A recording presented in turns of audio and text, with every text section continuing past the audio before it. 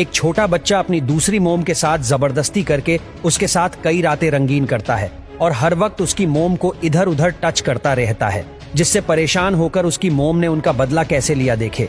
इस मूवी में पॉल नाम का बंदा दो लड़की से शादी करता है और दोनों की रातें रंगीन करता है, लेकिन पहली पत्नी की शोक लगने से मृत्यु हो जाती है। दूसरी पत्नी का नाम एलिस है। एलिस अपना सामान पैक करके पॉल के घर पहुंच जाती है। घर पहुंचते ही एलिस को पता चला कि उनका एक भी बेटा था। वो एक हफ्ते बाद आने वाला था अपने बोर्डिंग स्कूल से, पर वो जल्द ही आ गया। इस पर उसका बेटा यानी छोटा जोनी रिप्लाई करता है कि मेरे स्कूल में फ्लू हो गया है, इस वजह से सभी बच्चों को छुट्टी दे दी गई है। तो एलिस छोटे जोनी भैया के साथ थोड़ा सा फ्रेंडशिप होने की कोशिश करती है, क्योंकि अब उससे ही उसकी मोम बनकर रहना था।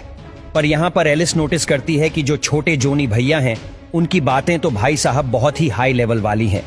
वो हर वक्त डबल मीनिंग बातें कर लेते हैं। तभी उसको पोल का कॉल आ जाता है। यहाँ पर एलिस जब पोल के साथ बातों में बिजी थी तो पीछे से अपने जोनी भैया उनके इधर उधर टच करने लगते हैं और उनके पोम पोम को पिचका देते हैं।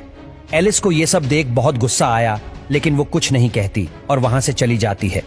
ये सब करके जोनी भैया का कॉन्फिडेंस और भी बढ़ गया, जिसके बाद से वो अक्सर ऐसी हरकतें करना स्टार्ट कर देते हैं। फिर कुछ दिनों के बाद उसके पापा यानी पोल वापस आ जाते हैं सभी के साथ रहने के लिए। लेकिन हम देखते हैं कि उनके आने के बाद अपने जोनी भैया की हरकतें और भी ज्यादा आसमान छड़ गई हैं। अब तो ये उसकी मोम को झूठा ठहराने की भी कोशिश किया करते हैं। एक दिन वो एलिस से कहता है कि मुझे पैसे चाहिए, मुझे कुछ काम है, जिसके बाद वो अपने पापा के पॉकेट से कुछ पैसे निकाल लेता है। पर एलिस जब चेक करने के लिए जाती है तो वहां के सारे पैसे गायब थे। उसे लगता है कि शायद जोनी ने सारे पैसे निकाल लिए हैं, तो वो जाकर ये पोल को बताती है। पर पोल जब उसके साथ चेक करने आता है तो वहां पर उसके सारे पैसे रखे हुए थे। तभी एलिस को बिल्कुल भी बिलीव नहीं होता है कि आखिर ये चमत्कार हुआ कैसे। दूसरे दिन जब उनकी मोम सो रही थी तभी छोटा जोनी वहां पहुंच जाता है और उनको चुपके चुपके देखता रहता है। एलिस भी नोटिस कर लेती है कि यहाँ पर जोनी भैया आए हुए हैं, लेकिन वो कुछ कहती नहीं। जिसके अगले दिन वो सीधा जाती है उसके स्कूल में इसकी शिकायत करने के लिए। पर वहां पहुंचकर उसे पता चला कि जोनी को तो स्कूल से निकाल दिया गया है।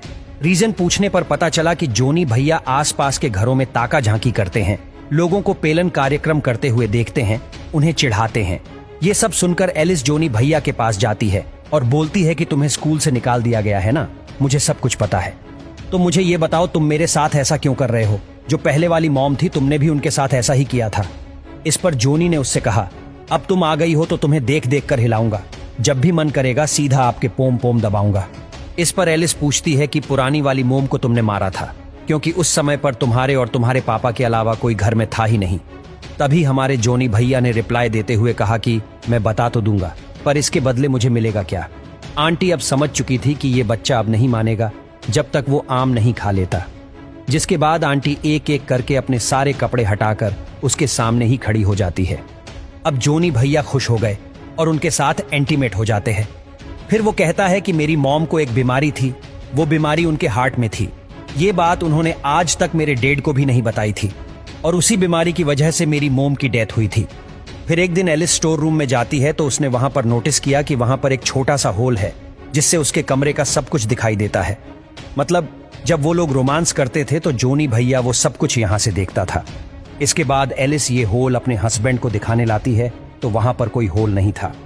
अब तक आपको भी समझ में आ गया होगा कि ये सब कुछ छोटा जोनी ही कर रहा था, ताकि उसके पापा उसकी मोम को धीरे धीरे पागल समझने लगे। पर एलिस इतने में हार मानने वाली नहीं थी।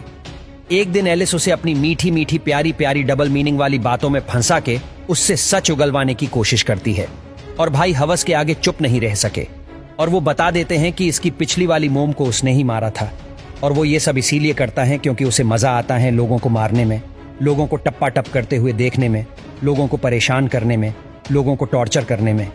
और इसके बाद उसने कहा कि अब अगला नंबर तुम्हारा है। उसकी ये बात सुनकर एलिस बहुत डर जाती है, जिससे वो बहुत ही खराब हरकतें करने लगती हैं।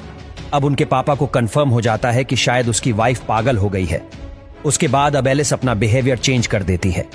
इसी के चलते एक दिन जब वो अपने हस्बैंड के साथ पार्क में कहीं पर टहल रही थी तो वो अपने बेटे के साथ यानी जोनी भैया के साथ अकेले में टहलने निकल जाती है। यहाँ पर वो ऐसे बिहेव कर रही थी जिससे मानो जोनी भैया की ट्रू कॉपी हो। मतलब उसे भी अब टप्पा टप करते हुए देखने में, लोगों को टॉर्चर करने में, उन्हें मारने में मजा आता है। ये देख के जॉनी भैया उससे बहुत खुश हो जाते हैं और उससे कहते हैं अब हम लोग फ्रेंड्स बन गए हैं। एलिस भी इस पर हाँ कर देती है और कहती है कि चलो हम लोग शुरुआत करते हैं तुम्हारे पापा को मारने से। जोनी भैया भी इस पर हाँ कह देते हैं, जिसके बाद वो दोनों एक दूसरे से चुंबन करते हैं। इतने में ही एलिस ने नोटिस किया कि एक कार बहुत ही स्पीड से रोड से आ रही है, तो वह उसके कुत्ते का एक टॉय उठाती है और उसे रोड पर फेंक देती है। उसका कुत्ता उस टॉय को उठाने के लिए रोड पर पहुंचा और अपना जोनी भैया अपने कुत्ते को पकड़ने के लिए रोड पर पहुंचे। खैर वो दोनों तो सेफ जगह पर पहुंचते हैं, पर अपने जोनी भैया कार के सामने पहुंच जाते हैं, जिससे वो सीधा स्वर्ग लोक पहुंच जाते हैं। और उनका काम तमाम होते ही हमें पता चलता है कि यहाँ पर एलिस ने ये सब कुछ प्लान किया था। वो अपने ऊपर किए गए इस टॉर्चर का बदला लेना चाहती थी। फिर दोनों पति पत्नी वापस एक हो जाते हैं और अपनी खूबसूरत लाइफ एंजॉय करते हैं।